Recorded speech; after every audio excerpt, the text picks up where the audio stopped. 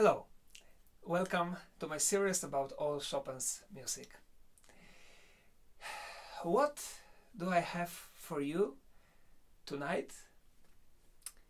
Tonight I have for you one of the most beautiful, the most touching and the most passionate expressions of love.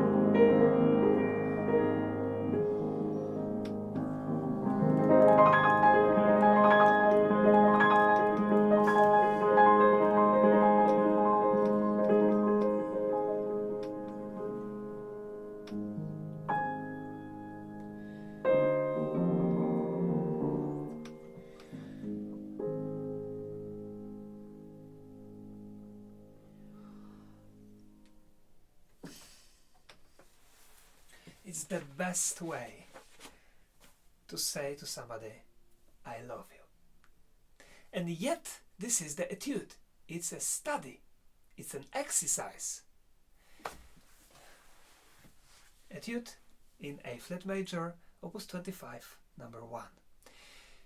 So, we are opening the new book of etudes. 12 new etudes, which Chopin published in 1837. And when he published them, of course, the world of musicians went crazy about them. Robert Schumann writes as follows.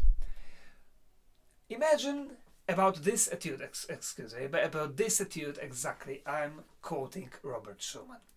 Imagine that an Aeolian harp possessed all the musical scales, and that the hand of an artist were to cause them all to intermingle in all sorts of fantastic embellishments, yet in such a way as to leave everywhere audible a deep, fundamental tone and a soft, continuously singing upper voice, and you will get the right idea of Chopin's playing. But it would be an error to think that Chopin permitted every one of the small notes to be distinctly heard. It was rather an undulation of the A-flat major chord, here and there thrown aloft anew by the pedal. Throughout all the harmonies, one always heard in great tones a wondrous melody, while once only in the middle of the piece, besides the chief song, a tenor voice became prominent in the midst of chords. I will show you this moment and everything. Very beautiful words and very important words, because Schumann heard Chopin playing this etude for him. Try to imagine Robert Schumann's impression. You never heard this piece before. Chopin sits down on the piano and plays for you something like this. And how? I mean, we know how he played from his students' mouths. Magic, thousands of colors, everything piano pianissimo. Absolutely incredible. But okay, as you know me already, and you know our analysis about etudes, I do hope so, but of course, if you are here for the first time, welcome, and I hope you will enjoy it, and I hope you will come back to listen to my other etudes and other pieces of Chopin, because we have all of them in the internet. I still can't believe it, but it seems to be true. Anyway, as you know me, we have to focus at first on the analysis of the difficulties. So what this etude exactly improves, what this etude is for, what kind of technical problems, what kind of technical development it makes in pianists growing as a musician, because it certainly does. And not even one, much more. Okay, so let's start from the beginning. And at first, we try to focus on every hand separately, just to show you the difficulty of each hand. The left hand, if it's playing without the pedal, well, actually the left hand we don't see now. The left hand, if it's played without the pedal, it sounds like this.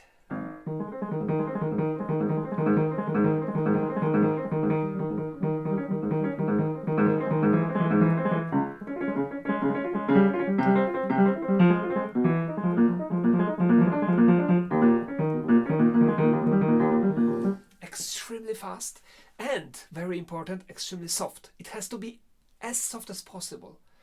Even softer than as soft as possible.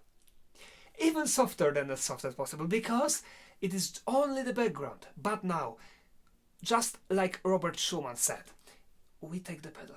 And now I play for you the same. But I hope you will not hear every single note, because this is my goal.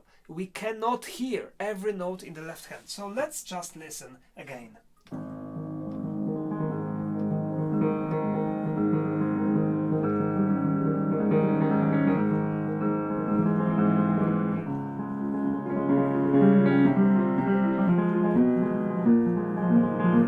So what I say is just what I know what Schumann meant.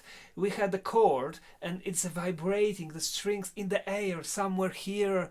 You know, it's fantastic, fabulous. If the pianist can achieve this in a very soft dynamic, extremely soft, like I touch the keyboard only to half.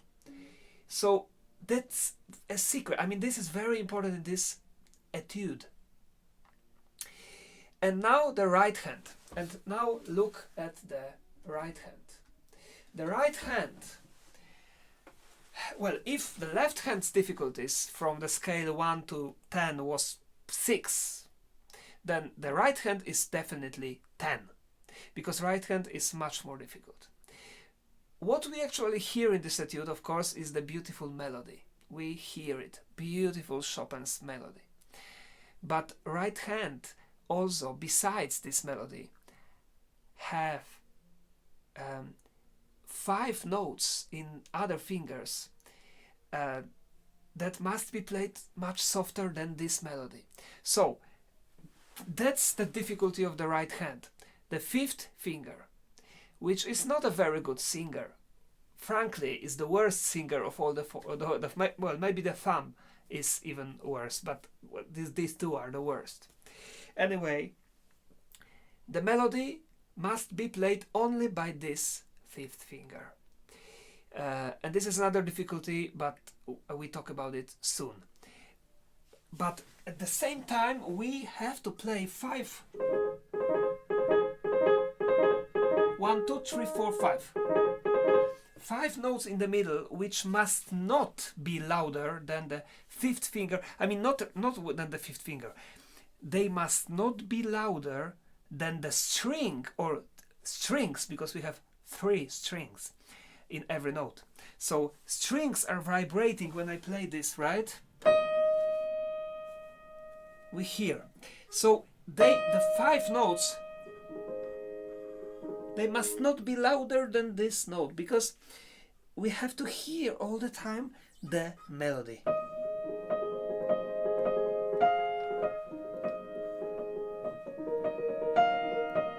So I do it slower, and then of course left hand also has to play softer. So that's very difficult. That's very difficult. Musically, extremely, technically also, because the pianist must have a fundamental difference in touch, the fifth finger and those 4, and left hand. So all the time I'm listening to the string that is vibrating because of the fifth finger. So like this.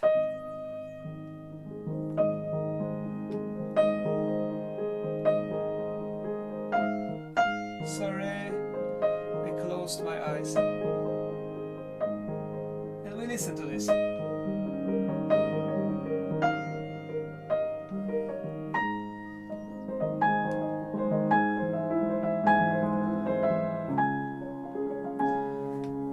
So that's the second difficulty. The third difficulty is legato and phrasing.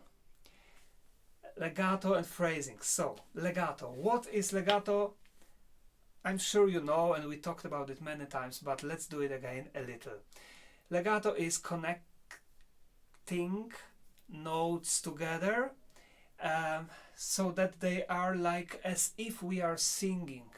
Because the perfect legato is when we have a stream of air, just like we are singing, and we are connecting these notes very smoothly. We also can have a perfect legato when we play violin or when we play some brass instruments or some wooden instruments, but we need to have this stream of air. In piano, it's impossible. So, you can call this etude Aeolian harp. I have nothing against it. I don't actually, but I have another title, which is not that poetic, it's not that romantic, but in my opinion, it's perfect. So and it's a copyright, so it's the first time in the world history that somebody will call this etude like that. It's me, Mr. Niemczuk, and I have copyright of this title. And the title is The Illusion of Legato. That's the title of this etude, The Illusion of Legato. Why? And now prepare yourself for a miracle. This is the pencil. This pencil can play legato, this etude. And now I present for you. Of course, there is one thing in the piano without which the piano wouldn't be the instrument like we know, and it would be completely impossible to play this etude and to play Chopin and to play legato. Pedal, of course. Only with the help of pedal, the pencil can sing the beautiful legato melody. So,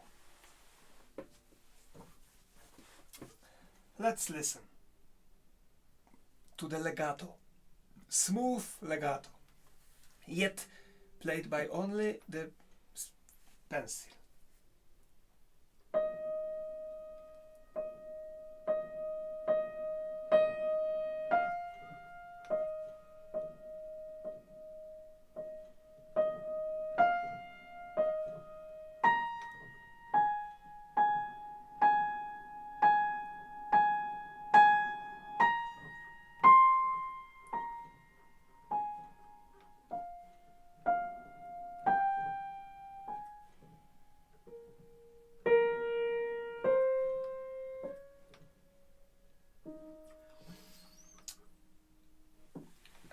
The secret of the legato is to connect. Well, it was not a perfect legato, but I hope you liked it. It was. I tried to do a legato.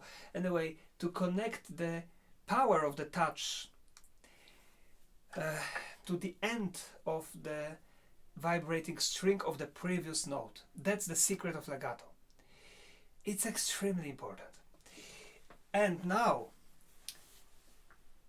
this guy, yes, you can bow. Now you can bow. We can clap, applause, the star of the night, Mr. Fifth Finger Singer, who will present for you the beautiful, well, he already presented for you one time, the beautiful melody played legato as much as he can by connecting these notes, and at the same time all the other fingers will try to interrupt him, but I will not let them do it. So let's listen one more time, a little.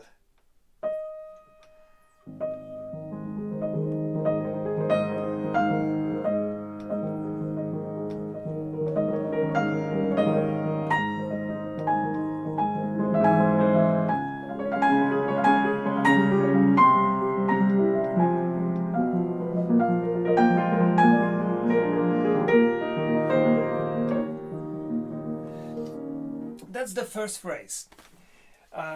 Another difficulty, the dynamic. Not even two notes that are next to each other should be touched in the same way.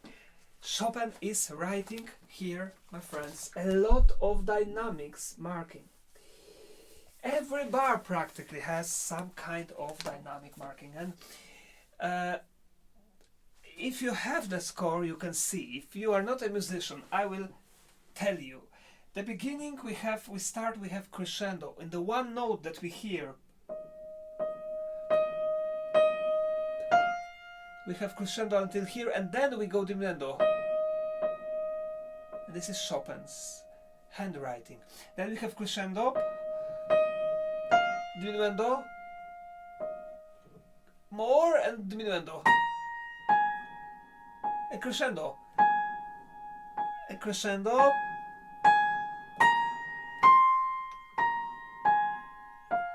crescendo and diminuendo, and forte suddenly. So the whole phrase, the first phrase, antecedent phrase, ends forte. Also Chopin's handwriting. And another difficulty, the last but one, is the rubato. So it must not be played with the metronome. I hope you agree with me. It must not be played with dead. It must be alive. We need to have a singer. Yes, you are very good. The singer who is free. Who is free. We have no bar lines. We don't have any 1, 2, 3, 4. We have just a stream of beauty, the stream of poetry, and now the last difficulty, in my opinion, in this etude, the poetry. Because this etude, in fact, is just pure poetry, just like I told you. It's expression of love, a passionate love. I wrote myself here with pencil, well, the same pencil that played for you. I wrote that this music is music about love, which Chopin in reality had never fulfilled. That's what I myself wrote, and that's what I think when I played.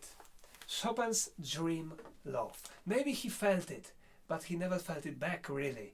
He never fulfilled this kind of feeling, and it's very touching.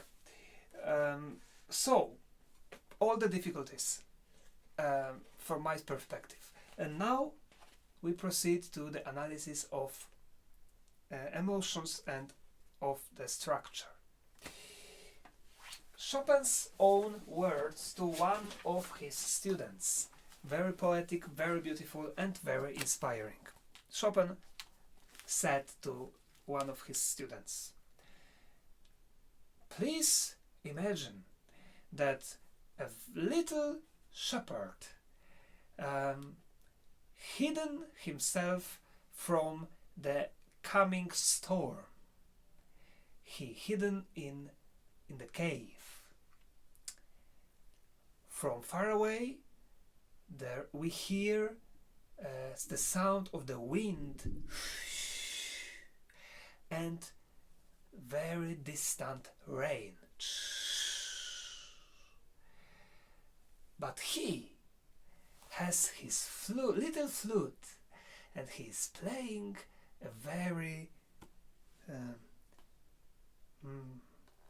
a delicate melody on the flute inside the cave." Chopin was a poet. Fantastic words, my friends, which opens so much imagination. Only these words are the whole analysis of how it should be played. All the small notes should be only like a rain from far away. The melody we should hear like a flute, as I said, flute. Perfect legato. Wonderful. That's the difficulty. So, now let's make analysis of the structure. The first musical period consists of two phrases which are very similar to each other, and they are very long. So it means also we should play it rather fast. I mean, we can't play it too slow, because then we cut this longer phrase on two, and it, in my opinion, it will not sound well. So now let's listen to this musical period. The first phrase, the first sentence.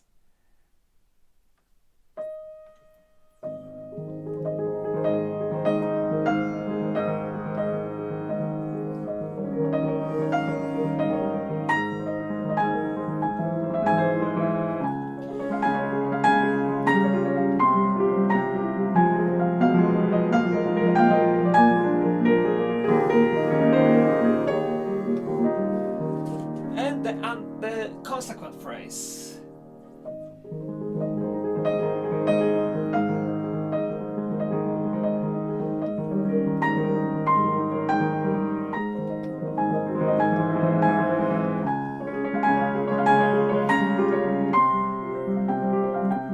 And now listen here, we have some other voices.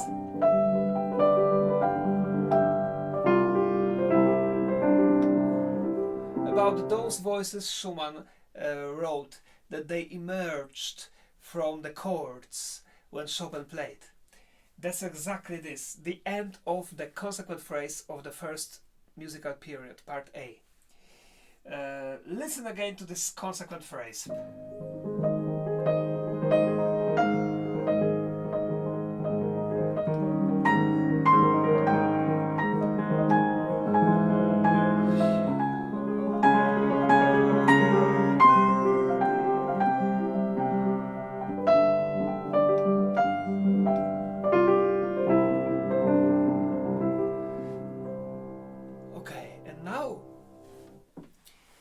Part B started, the second musical period, and part B, well, how to put it in words? The goal of part B is to build up the passionate climax, in which we will have the true passionate expression of feelings of love, without boundaries, without any borders. Just Chopin is opening all his heart and is showing us, look, these are my feelings. Very, very warm, very, very passionate. I mean, the climax of this etude, one of my favorite Chopin's fragments of his music, always makes me hot. But first we have to reach this climax, and the way how Chopin is reaching this climax is absolutely fantastic, because Chopin is playing with us, you know. It's like I have something in my head and I want to give it to you, so I do it like this, but then when you want to take it, then I do like this, and you can't. Sometimes people are playing with dogs like that. Dogs get angry, or with children, you know. You have something, then somebody tries, and then, but no, not yet. Then you try again, not yet. And Chopin is doing it here. We have just waves, but very unexpected. And now I beg you, before I play, try to forget that you know this etude. Do I ask for too much? Probably, I know. But please, try to forget. You don't know at all. Now I play for you my piece. I mean, you never had it before. And now listen. What is going on with the energy of your subconscious when you hear this music?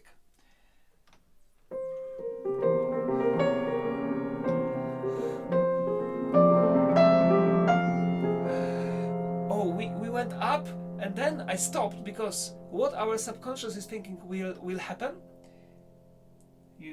Once again.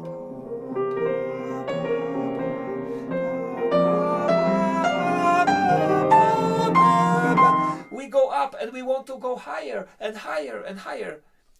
We don't know. You forget that we know what's next. We don't know what's next. And if we don't know what's next, we can...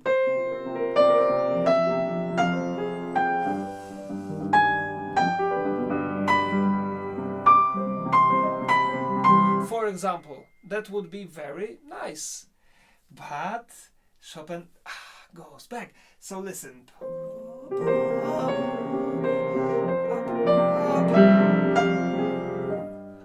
And again.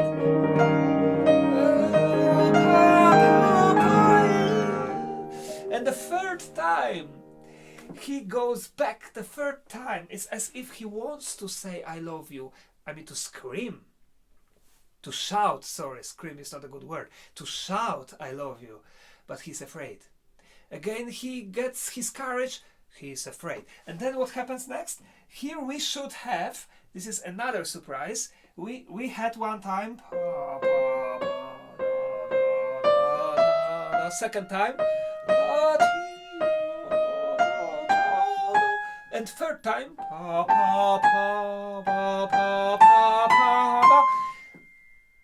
trust me, our subconscious thinks it's going to happen. Even if you know the etude, it's going to happen, but it never happens, because instead Chopin goes down, completely down. And from this down, he will build the true climax. Just listen, once again from the beginning. Why not?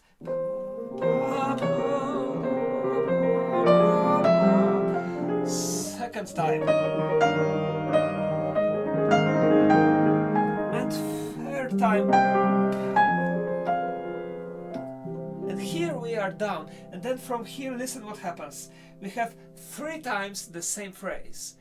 But the third time, only one note will get a sharp, which means will be 1 tone higher. And from this moment, we will open up. Just listen. Second time. And third time. That's exactly the moment. This is one of the greatest moments of this etude. Just listen, with all notes.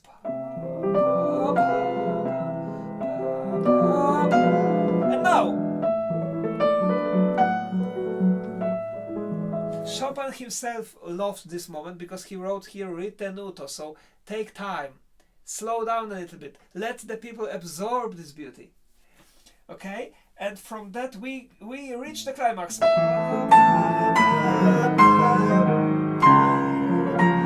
And we have the climax. So let's listen again to the whole road to the climax.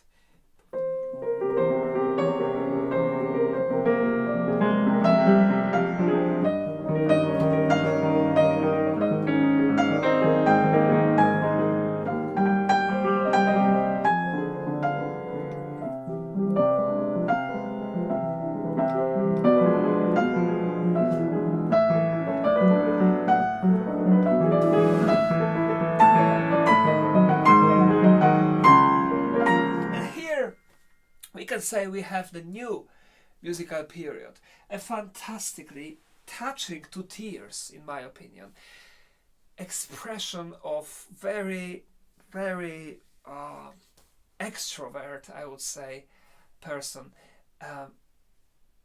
Chopin is shouting about his feelings. This etude is shouting. Just listen to this climax. Take the deep breath, because it's something incredible. Sorry, once again.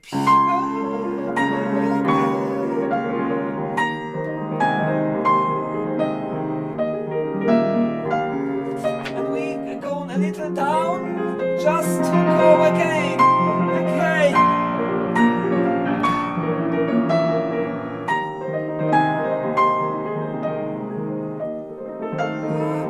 And now we build another climax.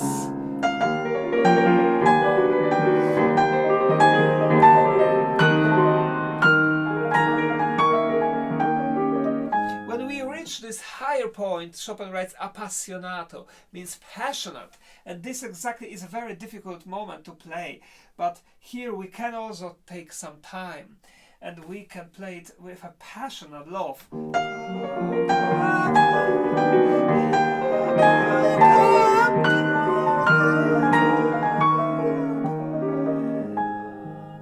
And then what do we have at the end? We don't have A1, we don't go back to the beginning. This etude doesn't have ABA structure. Instead, the motif from the beginning is just fading away, as if we are slowly falling asleep. Listen.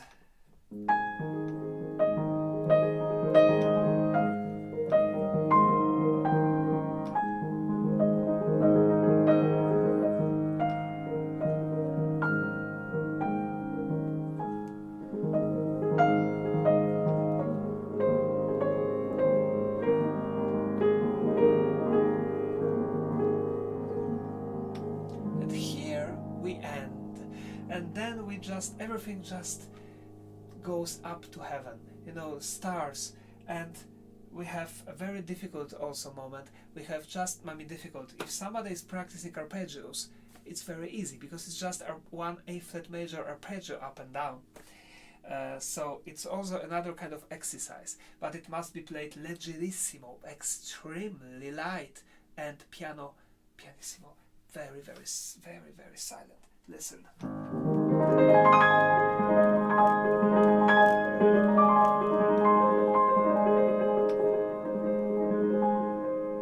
Right? So like magic.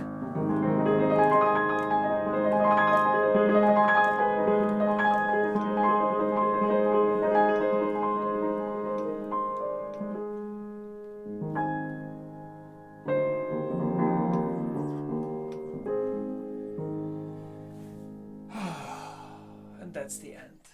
So let's go one more time on trip with this beautiful etude, so that we know exactly where we are when we listen. The first sentence.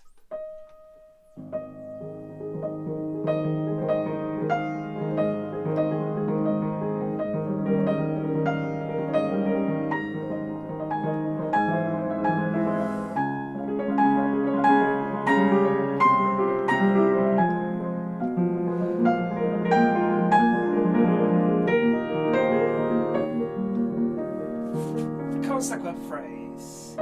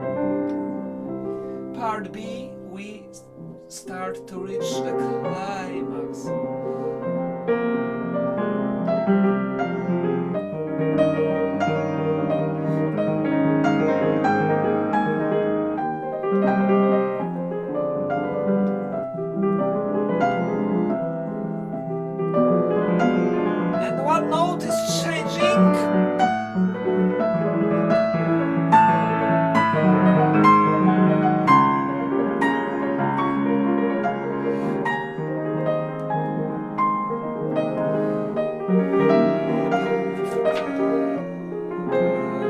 climax again.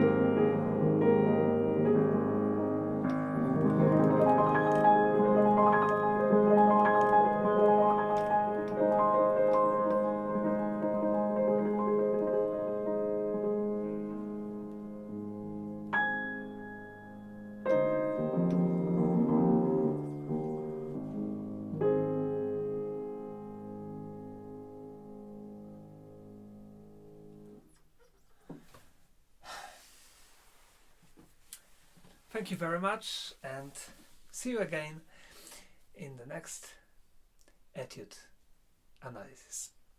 Bye bye.